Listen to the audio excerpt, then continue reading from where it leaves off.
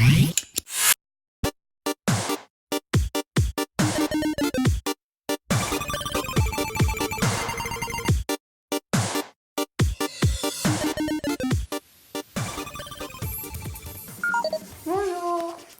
Bonjour à toutes et à tous. Bienvenue dans ce nouvel épisode du Journal des Jeunes. Moi c'est Arzo, elle c'est Laurine. Cette semaine, dans le cadre du festival Constellation, nous allons parler de street art et du festival Hop Hop Hop. Au programme, une conférence rédaction, la visite de expo, deux interviews et un micro-trottoir. Et maintenant, laissons place à la conférence de rédaction où notre équipe est en train de débattre sur le street art. Si, je voudrais savoir, est-ce qu'il y a des personnes qui ont déjà assisté à un spectacle de street art ou même ont déjà rencontré des personnes dans la rue ou qui manifestent ce genre d'art? Moi j'ai quelques connaissances vagues sur le sujet parce qu'on a travaillé sur Banksy en anglais, qui est un street artiste assez connu. Et quand on est allé, je pense qu'il y a 2 ans qu'on est allé en vacances à Paris avec Zoé, sous tous les ponts à Paris, il y a plein de tags tout le long des ponts. Mais des trucs vraiment énormes. Taguer des bâtiments, ça dépend lesquels, parce que des bâtiments historiques, ça se fait pas, quoi, parce que bon, c'est historique, ça fait partie du patrimoine. Sur l'école Mirabel, ils ont refait des tags, sauf que là c'était pas illégal parce que je pense que c'est la commune de Metz qui a voulu que ça se fasse. Et je vois pourquoi quand c'est la commune qui le fait, ou quand c'est l'État qui le fait, c'est pas illégal, et quand c'est des artistes qui veulent juste exprimer ce qu'ils pensent, c'est illégal. Et je pense que empêcher des artistes de pouvoir s'exprimer à travers les tags de rue et tout, je pense que c'est un moyen de bloquer la liberté d'expression en fait. Eh bien moi je ne savais pas ce que c'était le street art, merci de nous l'avoir expliqué. Maintenant, rejoignons notre envoyée spéciale, Sarah, pour visiter l'exposition sur le street art et interviewer Myriama. Nous sommes place de la République devant l'Arsenal pour visiter une exposition sur le street art et interviewer Myriama Idir, la commissaire d'exposition.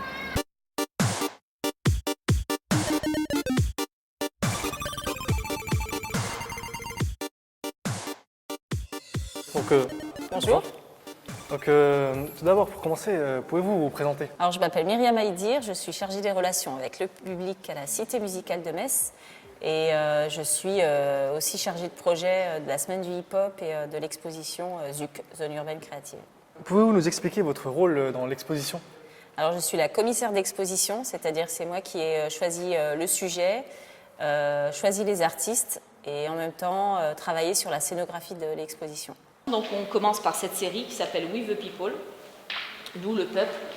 Et c'est une série sur laquelle l'artiste a travaillé, qui, à partir de photographies, donc ce sont des gens, personnages qui existent vraiment, et à partir de la photographie, a travaillé sur des logiciels pour contraster et donner ces couleurs-là qui ressortent graphiquement.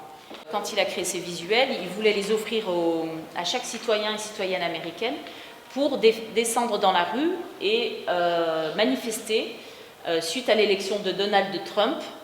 Et il y a eu une marche qui a été organisée parce que le président des États-Unis a tenu des propos sur les femmes qui étaient dégradantes.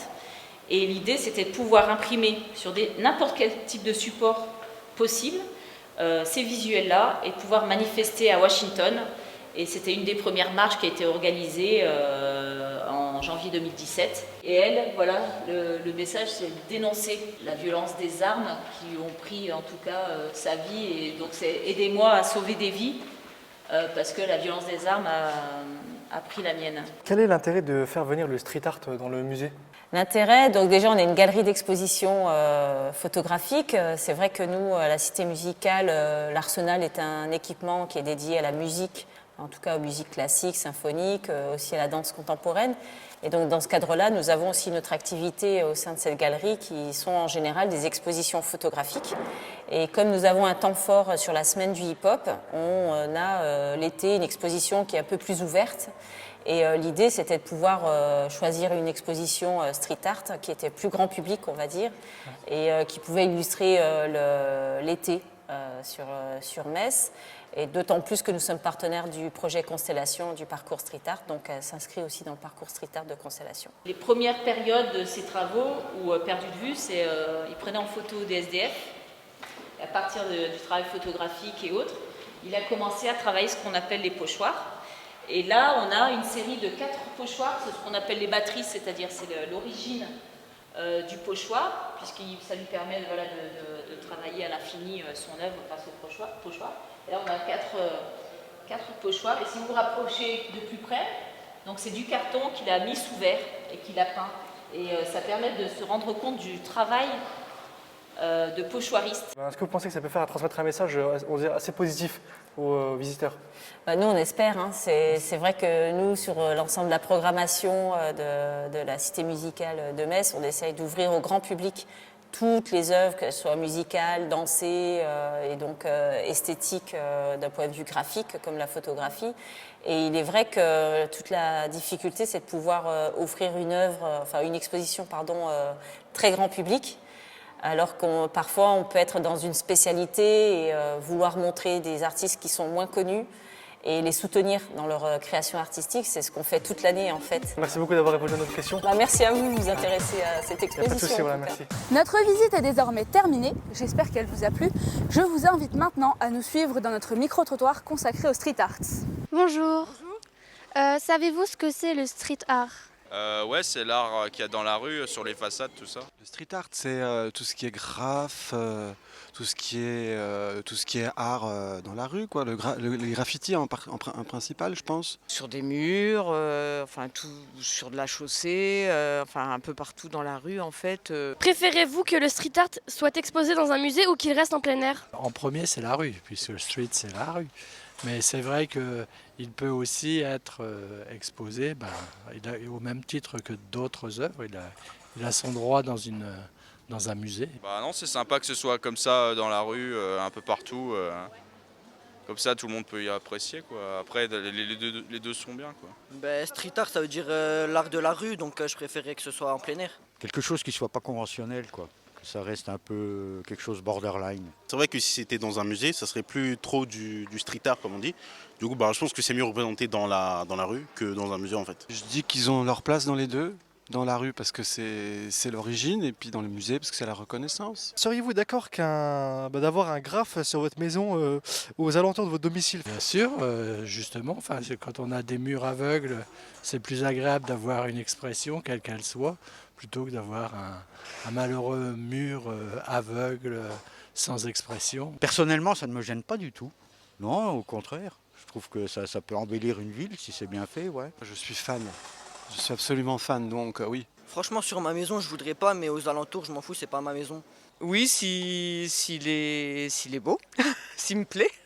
Après, il faut dire que la maison, elle n'est pas à moi, quoi. J'habite chez quelqu'un, donc si elle était à moi, je pense pas trop que je serais d'accord, vu que le domicile, c'est pas non plus un lieu d'art. Je pense que l'idéal, ça serait de créer un endroit qui serait spécifié pour ce genre de choses, quoi. Eh bien, merci aux Messins qui ont bien voulu répondre à nos questions. Et maintenant, studio, à vous l'antenne. Merci Sarah pour ton intervention. Nous allons retrouver notre collègue Giev pour l'interview de Laurent et le directeur artistique du festival Hop Hop Hop.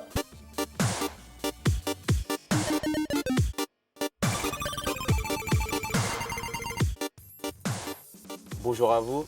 Bonjour. Pouvez-vous vous présenter et nous indiquer le rôle que vous tenez dans le festival? Alors moi je suis Laurent, je suis le directeur artistique du festival. En fait, mon travail à moi a été d'abord de créer le festival et en même temps maintenant il est de programmer le festival et chaque année de faire en sorte qu'il existe. Donc c'est aussi moi qui vais un peu chercher des sous et qui suis à la tête d'une grande équipe qui travaille avec nous sur l'événement. Quels sont les arts que l'on peut trouver dans le festival? Alors on peut tout trouver, on va trouver du clown, on va trouver de la danse, on va trouver du mime, on va trouver des acrobates, on va trouver des musiciens. On essaye de montrer plein de facettes différentes du monde des arts et qui peuvent surtout se jouer dans la rue, parce que tout est gratuit pour tout le monde et tout le monde peut tout voir. Cette année, ça va être le 10e anniversaire de Hop Hop Hop. Quelles ont été les principales évolutions du festival? Alors, les évolutions du festival, c'est vrai que c'est l'année où on a le plus d'artistes, on accueille le plus de compagnies, puisqu'on a aussi un petit peu plus d'argent vu que c'est nos 10 ans. Et on voulait marquer le coup en rajoutant une journée en plus. Plus le festival a avancé dans le temps, plus il s'est prolongé. Mais l'année dernière, on a dû uniquement être sur 2 jours de festival parce qu'il y avait en même temps que nous la Coupe du Monde. Mais autrement, le festival est toujours un petit peu plus long.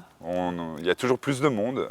Et cette année, on accueille de nouveau une grande forme, donc un grand spectacle, grand format pour plein de monde. On attend à peu près 5 à 6 000 personnes ce soir, place de la République. Enfin, pour terminer, quels sont vos projets d'avenir pour le festival ? Déjà d'arriver à la fin de la semaine, ça c'est toujours notre avenir à nous, il est toujours à très court terme, hein, parce que faut savoir que c'est une grosse machine. La machine, quand elle est lancée, on ne dort pas beaucoup. Donc déjà d'arriver bien à la fin de la semaine, parce que quand on accueille 40 000 personnes à peu près dans l'espace public, il faut savoir que c'est beaucoup de gens qui se rencontrent, c'est beaucoup de problèmes qui vont se passer que vous ne verrez pas. Donc on va déjà arriver jusque-là. Après, on espère que les gens vont s'en sortir comme d'habitude avec le sourire et super bien. Et on espère surtout que l'édition de l'année prochaine sera encore plus belle, aussi longue, et que toutes les éditions qui vont venir, ce sera encore plus beau. D'accord, merci à vous. Merci à toi. Waouh, quelle interview très intéressante. Maintenant, rendons-nous place à nuit pour voir à quoi ressemblent les spectacles.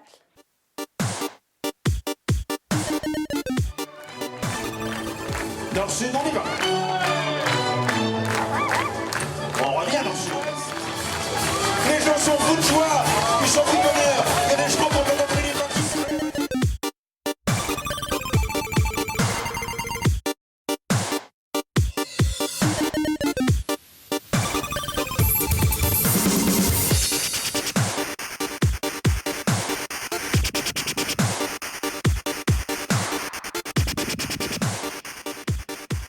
Et hop, c'est déjà la fin de cette émission. Nous vous remercions de l'avoir regardée.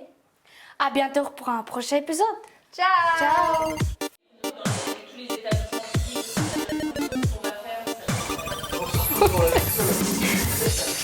Non, à nous suivre dans notre... Mais ça, je vais pas y arriver.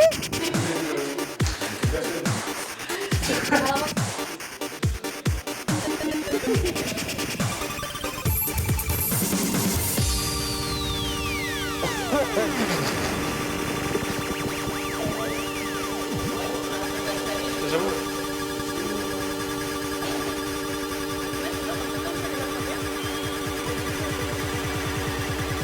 Kita boleh, kita tak